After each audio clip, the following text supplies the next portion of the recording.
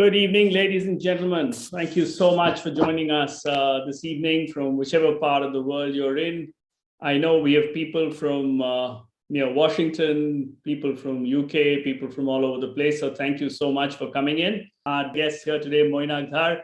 Welcome here, Mainak. Thank you so much for joining us. Good evening, Mudit. Thanks so much. And it's wonderful to be here with you today. Yeah. So many of you would have read, Mainak is the MD, CEO. He runs Kimberly-Clark for India and South Asia. And over the, past many years, he's been at P&G. He's, a lot of General Mills.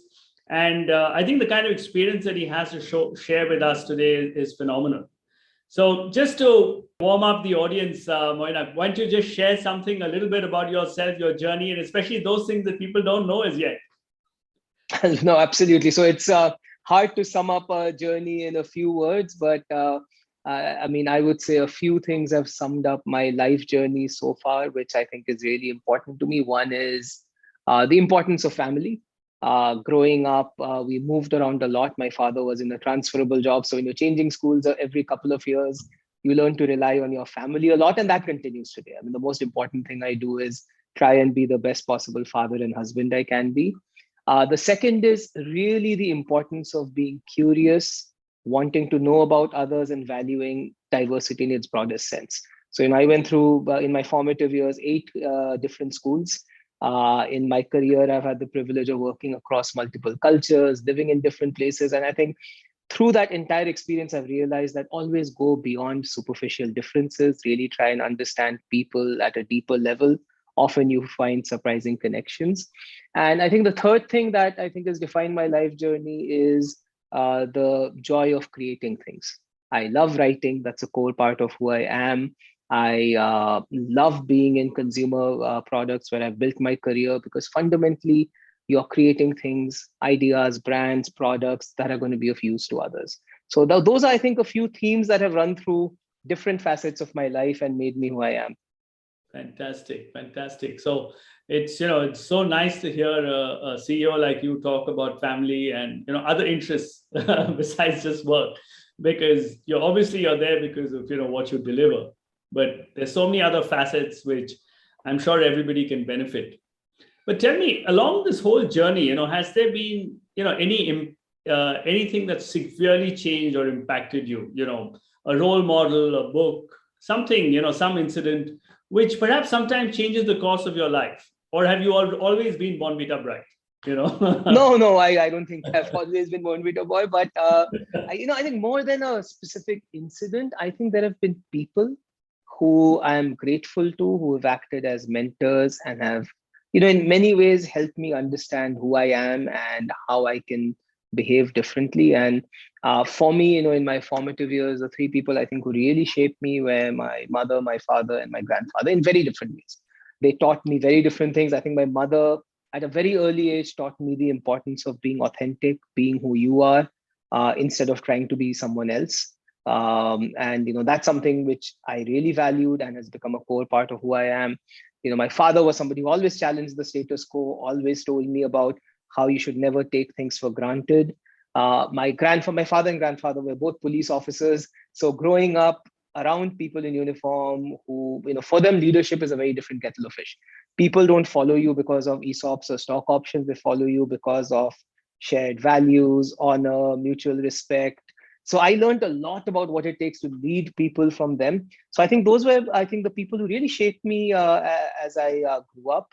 And in the course of my career, I've had a number of amazing mentors whom I've learned things from. So for me, a lot of what I've learned is those relationships, those conversations with mentors, both at work and outside.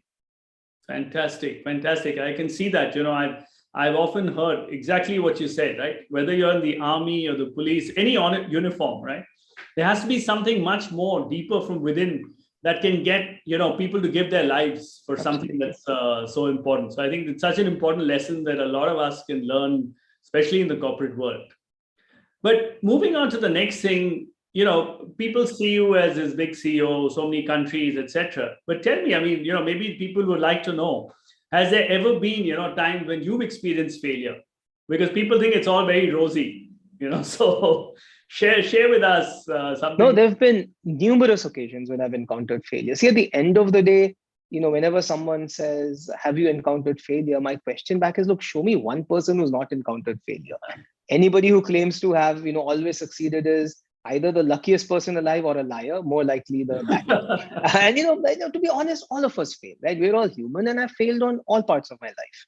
As a writer, as a corporate executive, in my relationships, that's happened. And rather than talk about one failure, maybe I'll talk about things which I've learned through many of them. And then the biggest lesson I've learned is when you face disappointment, I think it's only human. I do it as well. The first reaction is to blame others, to become the victim, to wonder why life is unfair. And my biggest learning sometimes is you get the most out of failure when you're able to take a step back and see yourself through others' eyes. So, and I'll give you an example. When I first started out writing my first novel, I sent it out to all and sundry in terms of publishers. I got 54 rejection slips.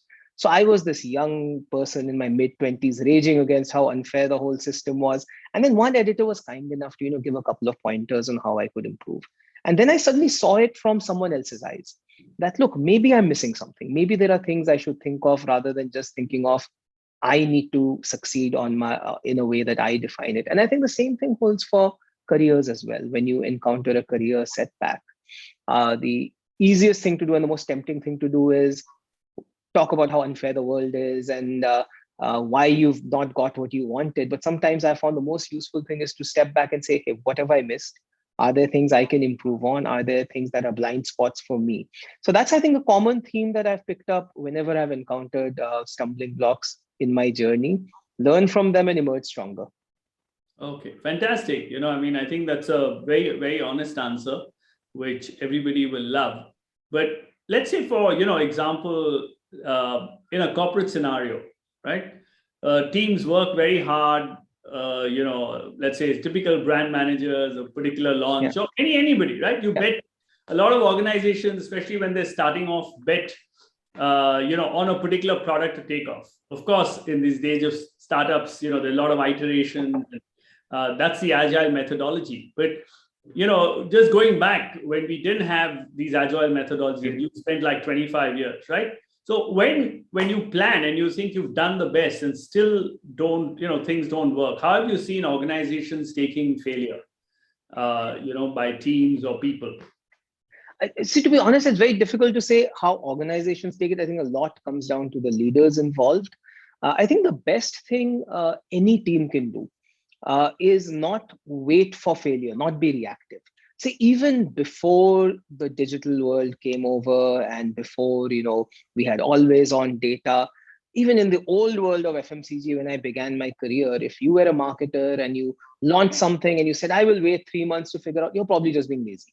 I think the whole principles haven't changed, which is how do you quickly do early sensing? How do you quickly look at leading indicators of either success or failure? And I think the most important thing, more than whether you have succeeded or failed, is understanding the why. Because sometimes you might succeed through serendipity or luck. That's not replicable success. Understanding the why helps you understand, is there something in your strategies? Is there something in the way you've planned? Is there something in the way you've executed which you can build on to succeed bigger? Even if you've failed, if you understand why you have failed, you can either quickly turn it around or at least ensure you don't fail again. So for me, it's less about a tag of success or failure. It's that ability to quickly penetrate and understand what's happening and, most importantly, why it's happening, so you can scale up successes or fix failures. Okay, great. I think that's a great way of looking at it, and something to learn from, to really figure out, And one of the things I wanted to ask you, especially, I went through your book on, 100 words on leadership, and something for, what I found is that there is this big pyramid, of a whole mass of people, right, who come into mid-career management, and then it gets, steeper and steeper, right? So what's the kind of advice would you give them to sort of get on, in their careers, especially after, being a mid-career? So they have all the basics, but now it's the next step ahead. I guess the most general advice I'd give, now obviously it might be specific to what each individual is thinking of, is, if you think of our education system, if you think of how most people are conditioned as they go through their schools, our colleges, our business schools, is we define success in a very simplistic way. A, it is numeric. B, it is your individual success, which is, what was your rank in a certain exam? What percentile did you get? And it's all about you. I think the true markers of potential are when you're thinking of success, not just in individual selfish terms. And secondly, you realize that success is not about one number. Success is often about how you have delivered it, how you have taken people along, how you are creating a picture of success for your stakeholders. And I think the biggest switch a lot of young executives need to make is, I've delivered my targets, done and dusted. You may be a great performer, but to demonstrate potential to rise further, what you often need to do is, that performance is a point of parity. You have to perform. That's stable stakes. But where you start demonstrating potential is when you start saying, look, how am I making an impact to others? And that could take any number of forms. People can do it in different ways. Am I trying to improve systems in the organization? Am I trying to go beyond my current job scope? Am I stretching multifunctionally? I think those become markers of potential, that you're thinking beyond your own selfish individual success. And the second is when people really are able to demonstrate the how behind the success, which is, you can deliver the numbers by being a pain who's, antagonizing all your teammates and throwing people under the bus, versus creating a culture where you're taking people along, rallying teams around. And I think a lot of people with high potential early on in their career figure out that there are added skills and there's a difference between performance and potential. And, so the common angst I sometimes hear among young managers is, but I've delivered my numbers. And, the answer back is, yeah, so have 20 other people. Where you differentiate yourself is going beyond performance to really demonstrating potential. Okay, great. So I think demonstrating potential, that's the key takeaway. Yeah, absolutely. Because I think performance is taken, right? So I think that's the key thing for a lot of our people to. Now, allied with that, so assume you have people who have performed and, that they are demonstrating potential. How do you, let's say in this era of social media especially, right?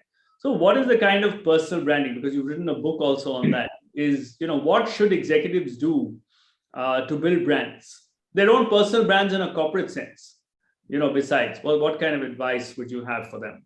But I think the first thing I'd say, Mudit, is what people shouldn't do is try too hard to sell themselves. I think that's the biggest misconception people have about personal branding, which is, I need to hustle, I need to be pushy, I need to put myself out there. I think the core of a brand, any strong brand, is it's authentic. That's the core of any brand, whether it's a brand we use in mobile phones or in fashion or indeed our personal brands. So I think the core of building a strong personal brand starts with self-awareness. Who am I? What am I passionate about? What am I good at? How can I use my passions and my strengths to make a difference to my teammates, people around me, and build off it? And I think that authenticity is something a lot of people miss, because all of us are different. All of us bring different things to the table. When you identify that and you're able to do that consistently over time, you start building a personal brand, because at the end of it, it's people noticing you for the impact you're making to them in a way that's authentic and unique to you, and that's consistent. So it's not like you show up in a certain way in front of your boss, but you're very different to your teammates. So that's where I think consistency, authenticity are the hallmarks, and it all starts with self-awareness and awareness of how you can make a difference to those around you. Fantastic. So, self-awareness is the key there, right? And coming across as authentic, which, believe me, unfortunately, people take a lot of time to figure that out, and so let's move on to another area, which is an emerging area of executive presence. Yeah. What does executive presence mean to you, and how do people build that? When somebody like a CEO like you looks at this, how do you look at this? I think the hallmark for me of executive presence is your ability to leave the desired impact on others. And I think the best executives are those who know that there's no one formula to doing that. A lot of it depends on understanding who your stakeholders are, what's on their mind, how can you meet their needs. So I think a common misconception about executive presence is how you dress and how you speak. There's no one formula to it. I mean, the best leaders I've seen are people who can confidently present to a board of directors in a boardroom and very comfortably walk a beat with a salesman in a small town in rural India, and the ability and still leave a very compelling impact on both those very diverse audiences. That for me is the hallmark of executive presence. It's less about you, it's more about who you're serving, and the ability to understand what's on their mind, what will be impactful in landing the messages you want, what is success in terms of the communication you're trying to get across, and then having that flex in your style built on a core of who you are. All of us have a certain core, but then being able to flex it to different audiences. That for me is the hallmark of really having a positive executive presence. Perfect. So again, back to the basics, right? Being authentic, being who you are, and being able Exactly. to understand the audience that you serve. So that's a clear theme that's coming through. Now, just for a moment, step away, because there are just a certain number of MBA programs available, right? So most people who go through that program, somehow get tuned into being able to express themselves, make presentations, express, because the system itself pushes you to do that. But there's a whole, in India, there's a whole vast majority of, let's say, IT professionals who are very technically skilled. But somehow they're not the best, they've not been put through a program which is taught to how you can express yourself, how you can communicate, etc. And a lot of them have come and told me, that how do we sort of get ahead? What's your advice, for people like that who haven't come through the traditional business school? Because, that's a different model.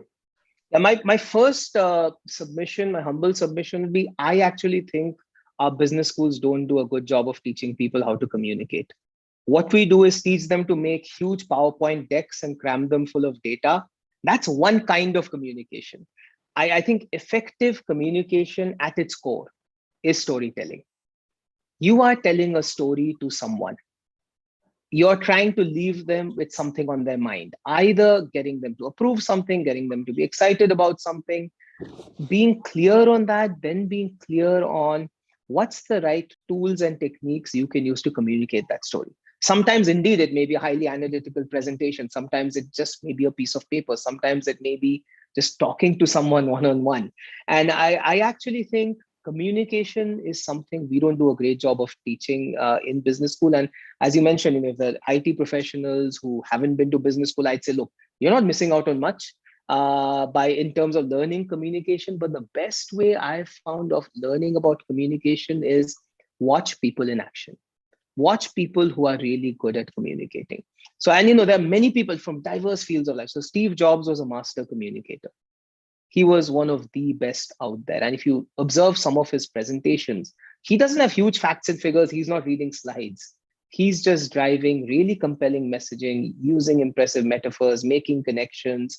And I think by watching people, by practicing, and I think a lot of it, I hate to sound like a broken record, but to me, the core of communication is before you jump into the communication, do you know who your audience or stakeholders are? What are they? What's on their mind? What are you trying to get out of that piece of communication? So for me, communication is less in the delivery, more in the planning of how you're going to think about that particular interaction. So I actually think it's a big need gap today in corporate India of how we can get people to communicate effectively and honestly free up a lot of the time that goes into rituals of preparing big decks when they may or may not be needed. Absolutely. So storytelling was one thing, knowing your audience was another takeaway, and planning rather than the process of, so three things that here that I can take away. And actually when I see this even across the world, having sort of worked in many geographies myself, especially for people from the Western world, very often Indians have a lot of substance, but they're not in that business of, sharing that. Whereas a lot of the Western education is built on, expressing and talking and convincing. And I think, besides the new breed of technical leaders who've sort of come up, and of course, Indians have worked very hard, but there's a lot of them who end up taking slightly, what I would say, a little below their potential. They never sort of, and our culture also teaches us, not to be overly, flamboyant, or that's not part of our, basic inheritance. So what's your advice? How do people, have you seen, across, in your own experience, what should people do to sort of break this? No, I think the first realization people need to have is, projecting yourself is not a bad thing. I think sometimes, culturally, there is this whole thing of it's it shouldn't be form over substance. I'm going to work hard. I'll be noticed for it. That's true. But as I was saying earlier, that's kind of the point of parity or table stakes. Of course, it's a huge asset to have, to be smart, to work hard, to always strive to do your best. The reality is, if nobody notices or knows, it really doesn't matter. Whether you're selling a brand or whether you're trying to build your career, but that doesn't mean you need to change who you are. You need to, become fake. But the whole idea is, how do you just be conscious of key moments of truth when it's important for you to show up and be noticed? I think just that consciousness that, you're meeting an important stakeholder, you're meeting a senior leader. Just don't walk in and say, this is all I'm doing. Just be conscious of, this is an important moment of truth. This is a time when people will evaluate me, and then plan for it, be thoughtful about it. The other part I'd say is, I think about, you mentioned education. I feel people get better at some of these skills when they develop interests outside their work at an early age. It goes even in school, right? I have a 14-year-old son, and he's really into debating. I was big time into debating and quizzing when I was younger, because I think, of course, we all have to study and we have to get good grades, but there are many things you can do, and it could be leadership in sports teams, it could be involvement in organizations. And as people get into the workforce, I think it's important to have a part of your mind that's always learning and building skills beyond just the projects you're working on. That could take the form, in a corporate context of, are you involved in employee groups? Are you involved in organizing things beyond just your core job? Because I think those building communication skills is like building any muscle. You're not going to build it one day by waking up and working in the gym. It's continual practice. It's working on it. And I think that's where I feel people, when they talk about communication or projecting themselves, find opportunities to do it every day. And over time, you're going to build it. Okay, great. So, some takeaways there is, it's not a one-day thing. Keep making that effort. The other thing I picked up was, try and develop interest beyond the workplace. So, you get a chance. Exercise, right? And you'll obviously get better at it. Now, tell me, you brought out you worked in so many geographies with different bosses. I wonder if I'm sure, come across some bosses love to hear rather than, and some people are very report oriented, send them a written deck. They want to read it before, and, it's all different types, right? So what tips you have for, employees who are working with managers, especially when you suddenly start working across geographies? Because culturally people are different, sometimes, and their work styles are different. So how does one navigate, bosses? No, it's a really good question, because I think one of the blind spots for any executive is all of us get conditioned to working in a certain way or being comfortable working with bosses in a certain ways. When we encounter people with very different styles or very different expectations, it can really throw people off. The biggest tip I would have is, before you jump into any professional relationship, and this is true of bosses, this is equally true of your team members, how do you invest the time to really understand who they are, what their operating style is, what works for them, how they define success? And I think, sometimes having those conversations early on really helps provide a framework to that relationship. So I've worked with all kinds of bosses. I've worked with bosses who've said, look, I don't want to see any details. You just tell me big picture, what's going on, ask me for help.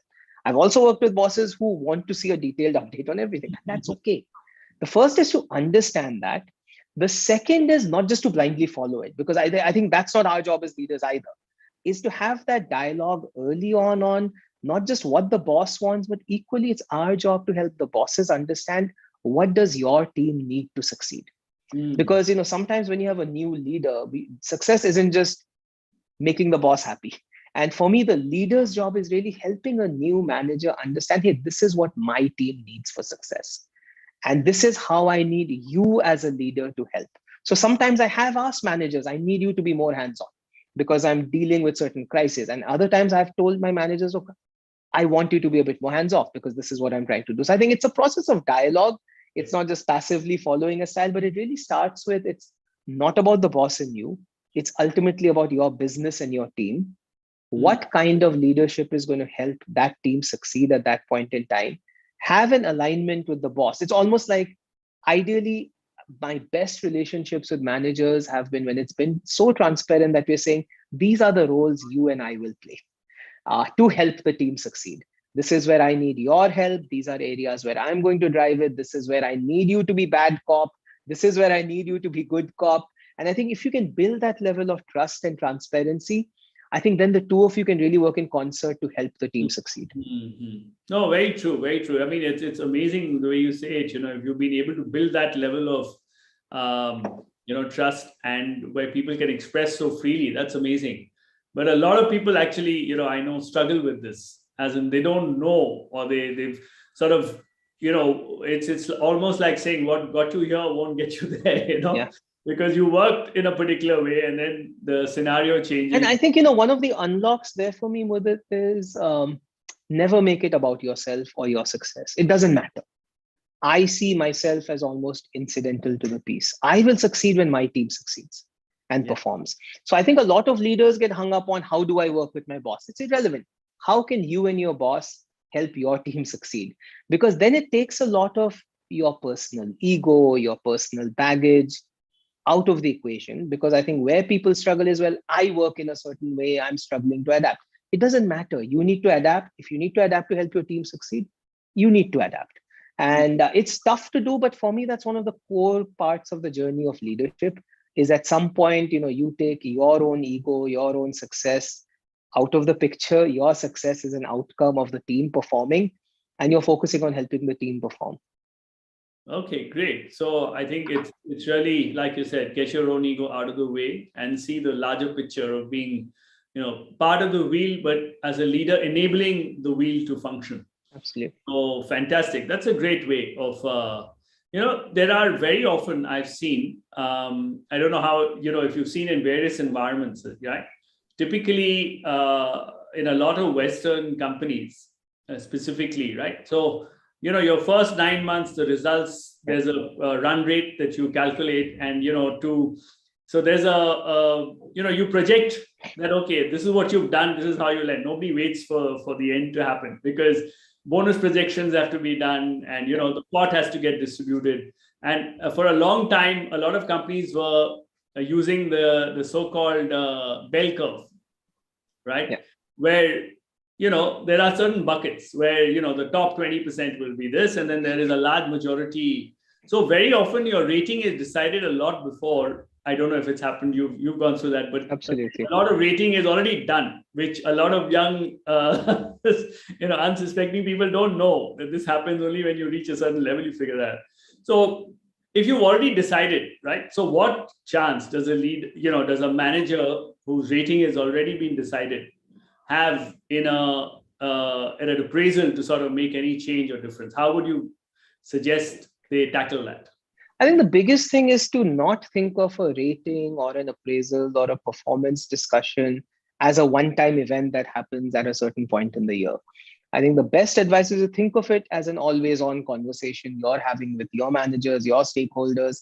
You need to be acutely aware of where you're tracking. It's not a question of waking up, and it's besides the point whether it's month 9 or month 12. If you're waking up at that point in the year and saying, oh my God, why am I rated X? You're already late to the party. I think so. For me, a lot of it is having continuous feedback, having transparent sharing of what the results are. So you're both taking on board feedback to improve, you're taking on board ideas, you're taking corrective action. Equally, you're transparently sharing the context of the results. So, you might be having a rough year, but there might be a perfectly understandable context to it. Something may have happened externally, there may be something outside your locus of control. You're telling your stakeholders about it so they know. Equally, you're taking their help. The worst thing that happens in any performance conversation is, for the employee standpoint, when the person is completely surprised because they've never had these conversations. And from a manager's standpoint, when you've never actually told that employee ever through the year that things are off track, and one day you land a rating on them. Both ways, it's wrong. And, for me, I think every person should have a regular cadence of conversations which, and I don't know, figure out the frequency that works for you. Probably you don't need to talk this every week, but take a step back from here's what's happening on my work to saying, hey, let's give me feedback. What's working, what's not working. Let me give you context on how I feel about how things are going. See if there's any big misalignments in perceptions about how you're going, get feedback. I think that's the best way of not making it a surprise. Absolutely. So I think you described the ideal process very well, where both the manager keeps telling people on the job across at various points, and employees also keep checking.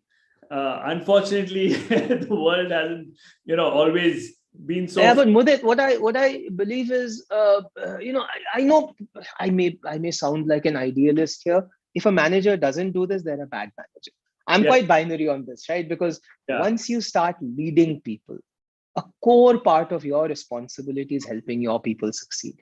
If you're not doing that, you're not a good manager. So I think as leaders, it's setting those expectations of people managers, that you may be wonderful at your work individually, but if you aren't doing this, you're not a good manager. And equally, I think encouraging younger employees to have these conversations, creating a safe space for them, not just wait for the hierarchical chain of command and performance appraisal. Make it okay for them to ask for feedback, share feedback. And I think that's something which I think leaders can do to enable this. No, absolutely. So it's always such a pleasure when it happens regularly, and like you said, both people pursue the roles. So that's perfect.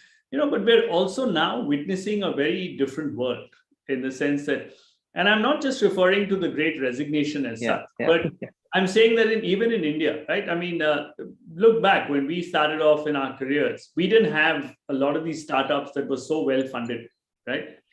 Today, a startup that's well funded can choose to pay beyond all norms. And you worked in a structured organization, where that there's a band, right? Every grade has a band, and you have to operate somewhere at a particular, every role is pegged, etc. So what do organized companies who are so well structured and large in this thing, how do they deal with, external companies, coming in and poaching talent? I don't know if you felt it, but it seems to be happening a lot around. I think the talent market has changed a lot, since I guess, we began our careers. And I think many things have changed.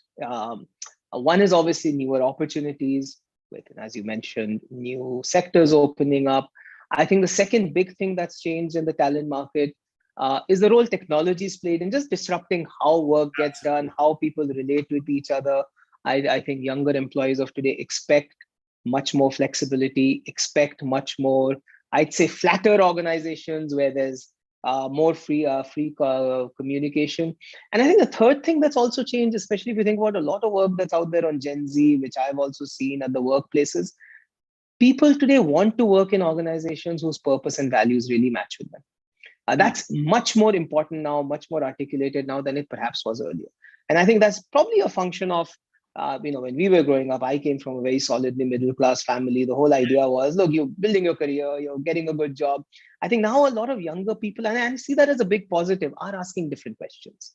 What's the environmental footprint of this organization? What are the values of this organization? And I think as I think about any organization looking to attract or retain talent, it has to be across all these variables. Money is one part of the puzzle, right? Money is definitely one part of the puzzle, but equally, even for a large organization or a large multinational, are you providing people empowerment? Are you providing people an opportunity to work in an environment where they don't feel like a small cog in the wheel? Are you providing people an inspiring workplace where they're clear about what the purpose is? Those are things which I think every organization should do. And if anything, I think the advent of smaller disruptive organizations should teach larger organizations that these are things we should probably move along. I mean, if I think about when I began my career, I'm sure it was the same for you. Senior leadership sits on a different floor, managing directors, this inaccessible, godlike figure who's in a corner somewhere. We don't live in that world now. Our younger employees don't even expect that world or even respect that world now. So I think if organizations can provide some of that flexibility, empowerment, transparency that a lot of smaller organizations provide, a clear sense of purpose, I feel that levels the playing field to a large extent, because then people are not deselecting you because you're this big bureaucratic organization versus the empowerment they might get somewhere else. So I think organizations are changing also, like you're saying, right? Absolutely. It's nothing like competition, technology, and disruption to make any organization move, right? To do that. So great. I think that's great to see that if people are huge organizations are sort of churning around and doing that.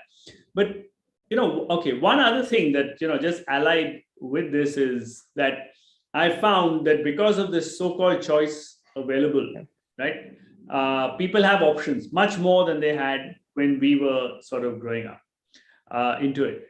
Now, a lot of them don't know very often that a lot of their future is getting decided behind, they don't have access to it, right?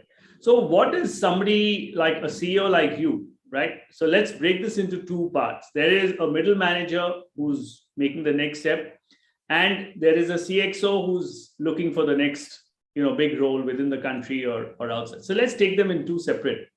How does what truly determines, how do you when you probably sit through in a performance management or a promotion, what would you look at, right? So let's look at for the middle management who wants to get to CXO level first.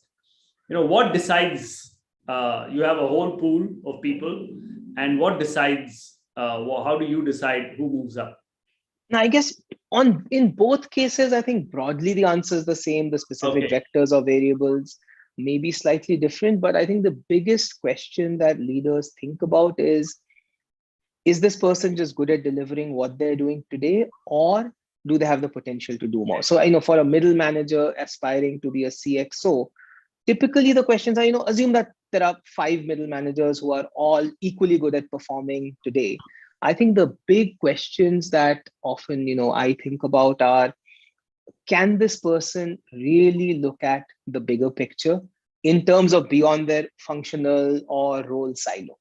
Because when you're a CXO, you end up playing two roles. You may play your functional role, but you also have an enterprise role. And taking on that enterprise role means you're able to think beyond your functional silo, think of the whole organization, not just bracket yourself as I'm the sales guy or I'm the marketing guy, but say, that's the expertise I bring to the table, but I'm a group of leaders who's driving an overall organizational agenda. That requires a fundamental reset in your mind. And the markers I would look for is middle managers who at an early stage in their career are demonstrating that. Either getting involved in organizational change management efforts, being, vocal advocates of things beyond their narrow span of control, volunteering to take part in projects which go outside their comfort zone.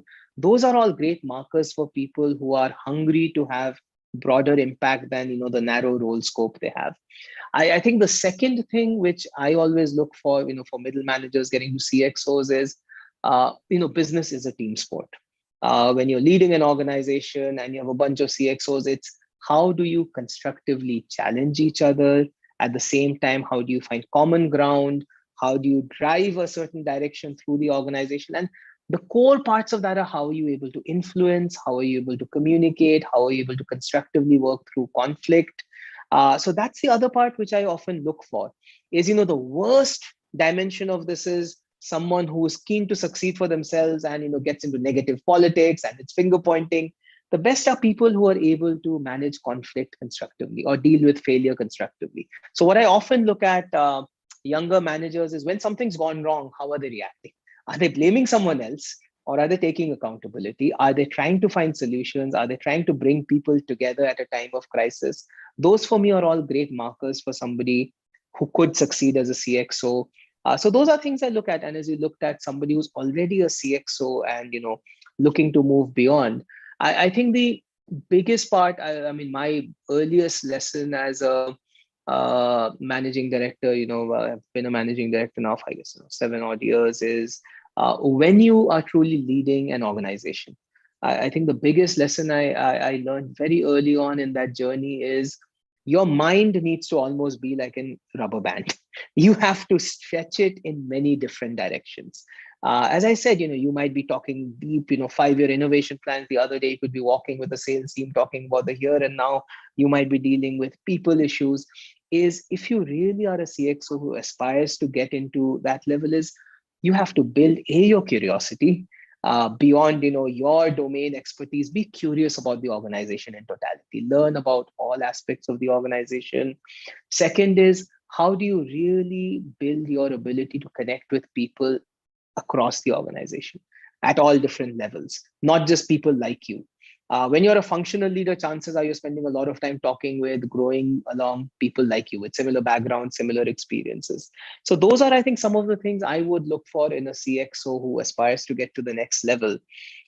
Is, are they truly demonstrating that curiosity? Are they wanting to learn about things? So if I think of HR leaders, I love HR leaders who are getting their hands dirty and walking with the sales team, because they're understanding the reality of what's happening rather than sitting in the boardroom and looking at a chart on sales productivity, or a finance leader who's actually going to the plant to actually understand how operations are happening rather than looking at the outcome of costs on a spreadsheet.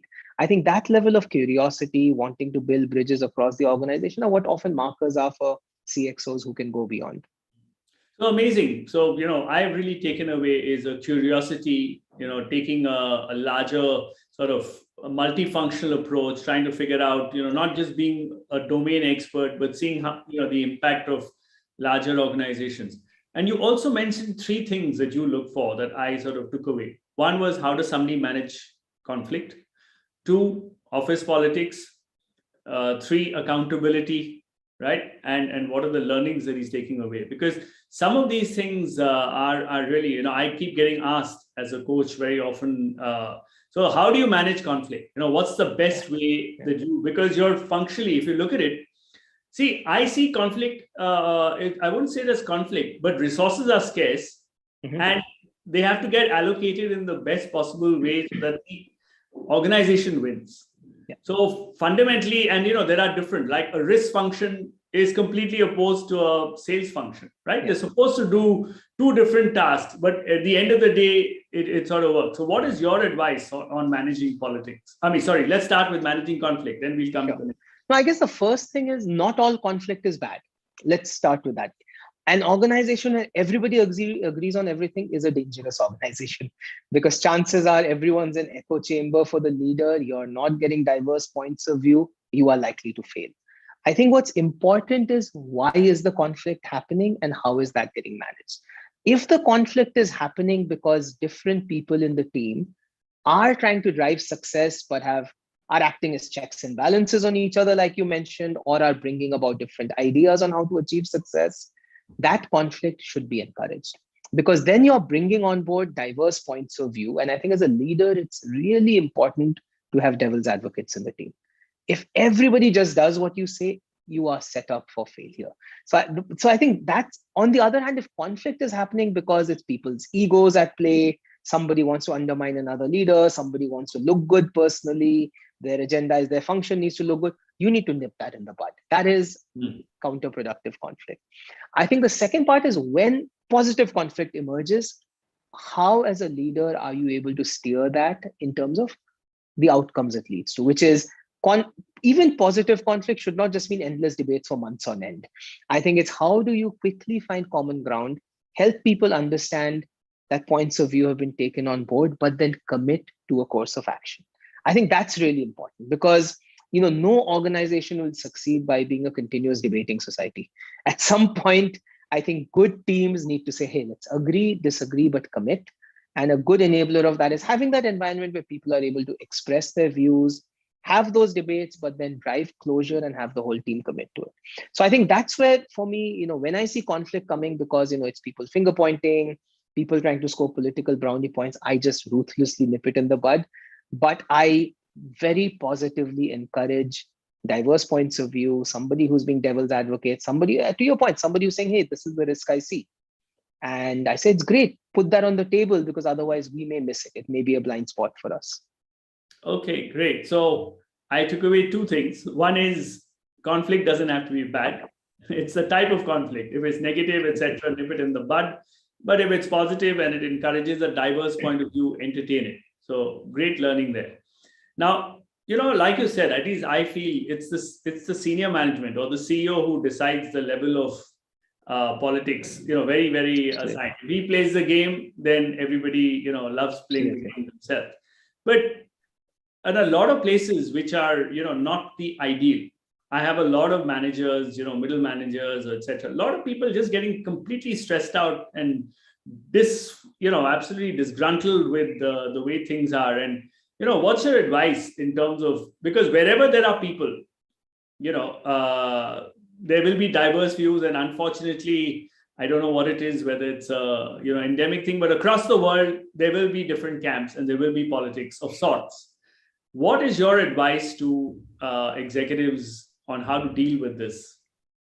I guess the first thing I'd say is the same advice doesn't work for everyone. I think it comes back a bit to this point of self-awareness. Is a person aware of the environments they thrive in, the kind of work they enjoy, the kind of people they work along with? So for me, a lot of these questions, unfortunately, people ask when they've joined an organization and they're figuring out they're not a good fit.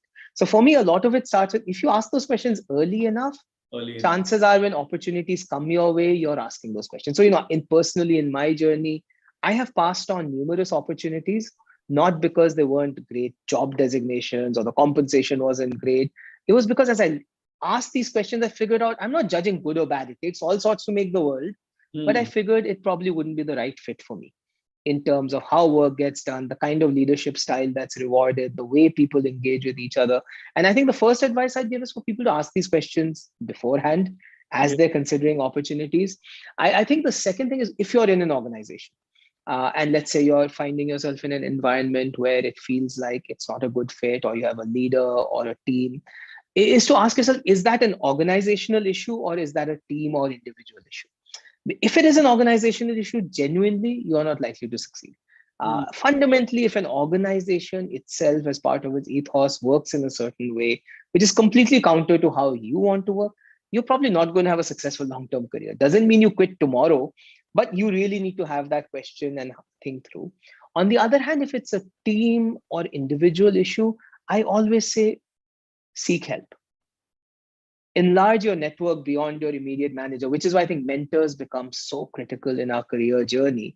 Have people with whom you can talk about how you're feeling, get advice on how to navigate it, really, and even understand the broader organization. For all you know, it might be endemic to that particular team, but the broader organization may actually be very different. How could you tap into it? How could you unlock opportunities? So that's, I think, some of the advice I'd give.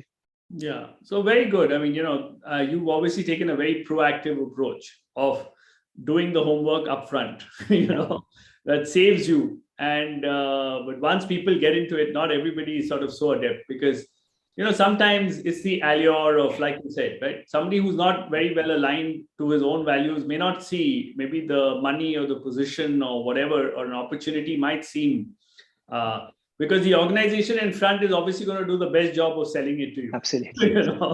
No, So, and I think one thing I've learned, Mudit, is as I've mentored and coached a number of young people, it's sometimes simple things like equipping them with what questions should they ask in an interview. Because what happens is people often, especially younger people, they assume an interview is a one-way street. They will ask questions, I will answer. And sometimes it's very powerful when people go in equipped with questions to ask. Simple things like, what kind of leadership skills do you look for? Who are the typical leaders who succeed? How does this organization deal with failure? Describe a day in the life of team members.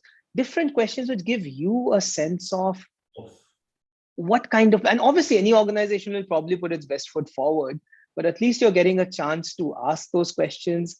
And obviously in today's day and age, Mudit, where so many people are connected within a few degrees on social media or through networks, finding out through networks of people who either have experience of that organization, have worked in it, worked with it.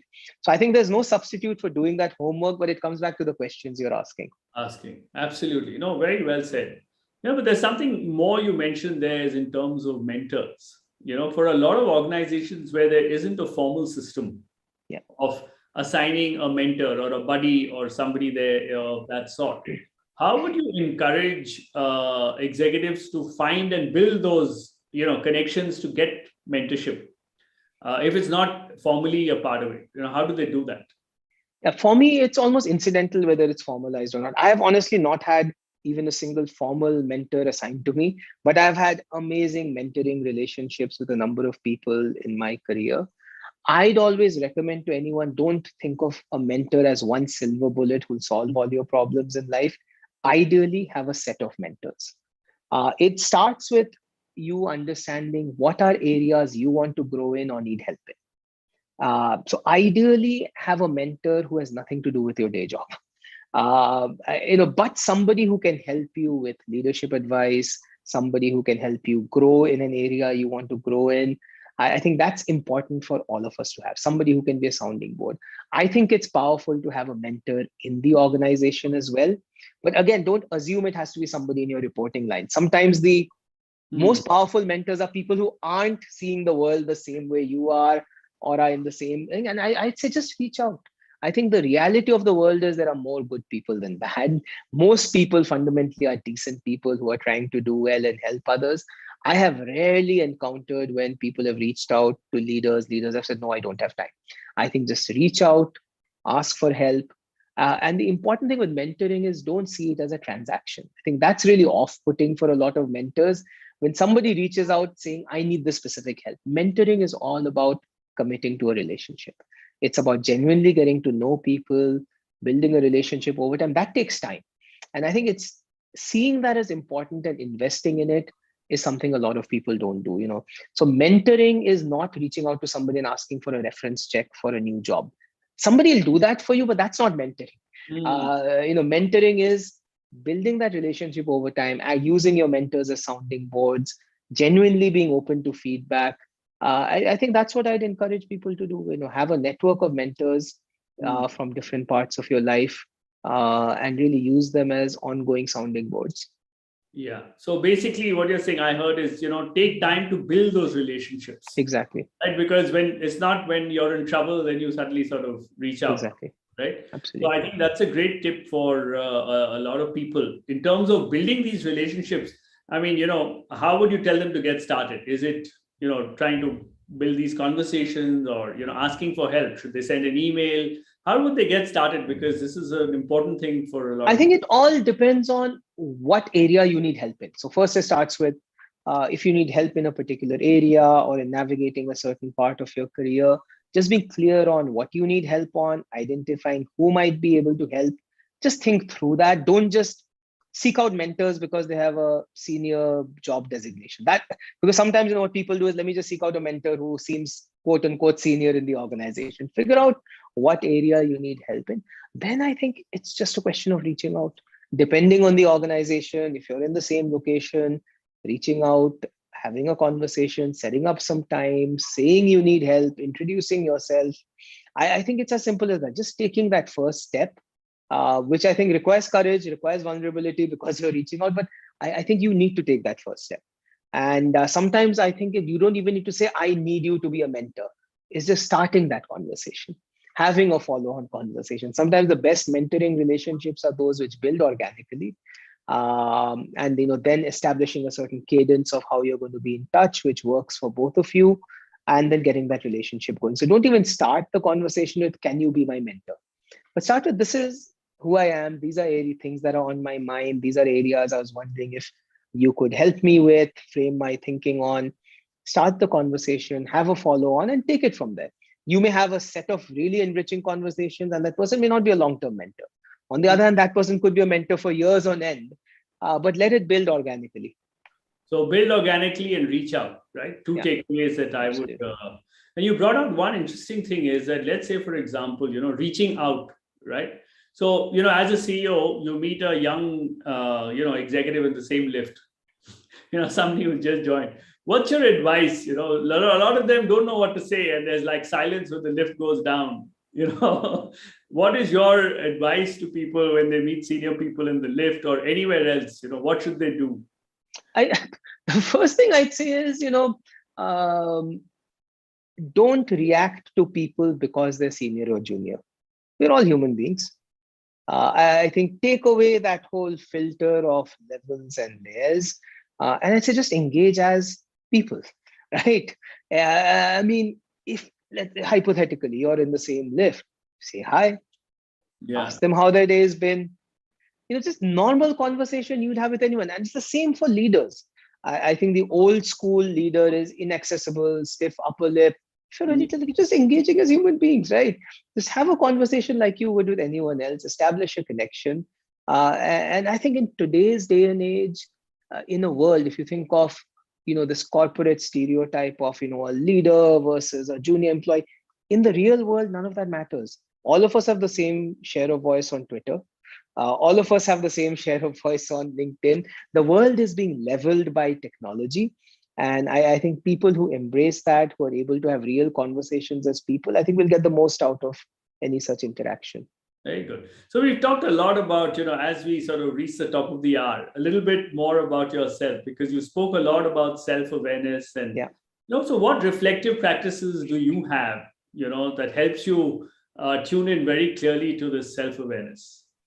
I don't do a lot. What I do, Mudit, is every morning, typically I'll run. And that's a time when I'm really thinking through stuff in my mind about work, about stuff happening in life.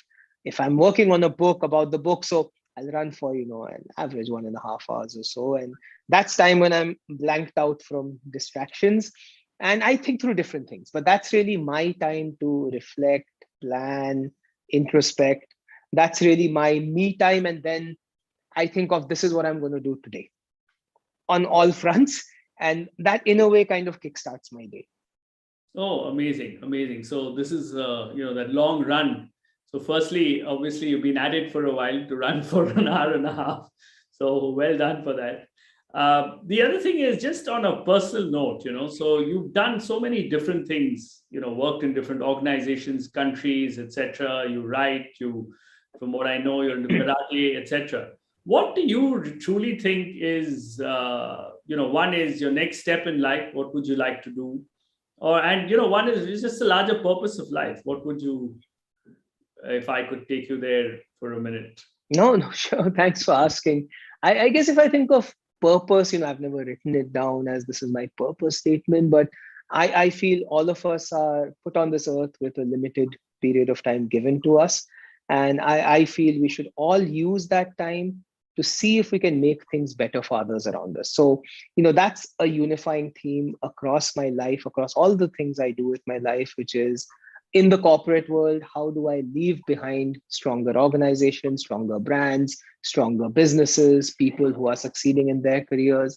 In my personal life, how do I leave behind great memories, values, so that my son grows up to be a great young man, my wife feels that, we're building a great life together. In my writing, how do I positively impact readers with my ideas and stories so that, maybe long after I'm gone, those ideas and stories leave behind. So that's kind of the unifying theme, which is, I think all of us have an opportunity to impact others positively. And that's something which really drives me in everything I do. Great. So it's really about impacting others in different parts. Impacting others and leaving a lasting impact, which is going to, live on long after you're no longer in the role, no longer in the company, no longer in the world potentially. But, how do you leave an impact that's going to last beyond your tenure and keep on positively impacting people? Perfect. So I'm sure you've left a great impact. This is being live streamed across the world, and I'm sure, it's really, really been very helpful. Thank you so much, Mainak, for your time. And thank you once again, really. It's been real gems of wisdom, and I look forward to, keeping in touch with you. Thank you very much. Thank you so much, Mudit, for having me over. It was wonderful. Thank you. Okay. Thank you. And bye. Bye.